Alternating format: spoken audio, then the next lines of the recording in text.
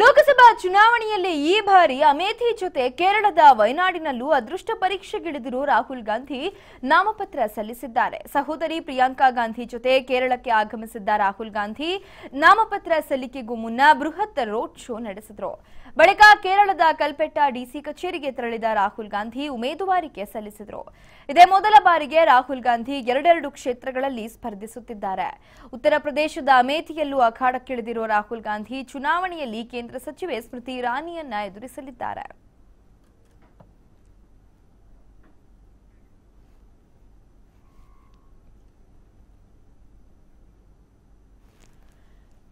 ರಾಹುಲ್ ಗಾಂಧಿ ಉಮೇದುವಾರಿಕೆಯನ್ನ ಸಲ್ಲಿಸಿದ್ದಾರೆ. ಇದೇ ಮೊದಲ ಬಾರಿಗೆ ಎರಡೆರಡು ಕ್ಷೇತ್ರದಲ್ಲಿ ರಾಹುಲ್ ನಾಮಪತ್ರವನ್ನ ಸಲ್ಲಿಸಿರುವಂಥದ್ದು, ಕಣಕ್ಕಿಳಿದಿರುವಂಥದ್ದು.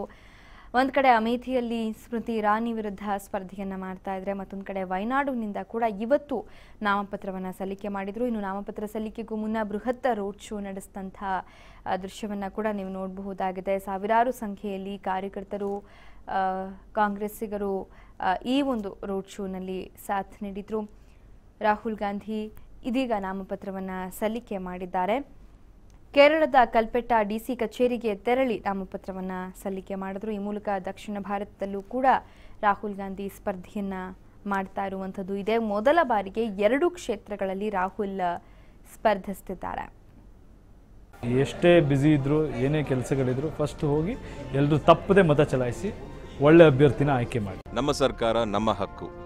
ಸೊ ಹಾಗಾಗಿ MP ಎಲೆಕ್ಷನ್ಸ್ ಬರ್ತಾ ಇದೆ.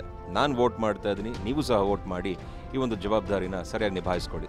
TV5 ಅಭಿಯಾನದಲ್ಲಿ ನಾನು ಸಹ ಕೈ ಜೋಡಿಸ್ತಾ ಇದ್ದೀನಿ, ನೀವು ಸಹ ಕೈ ಜೋಡಿಸಿ. ಎಲ್ರಿಗೂ ಒಳ್ಳೆಯದಾಗಲಿ. ಮತ ಚಲಾಯಿಸಿ, ನಮ್ಮ ಮತ ನಮ್ಮ ಹಕ್ಕು. ಇದು TV5 ಕಳಕಳಿ.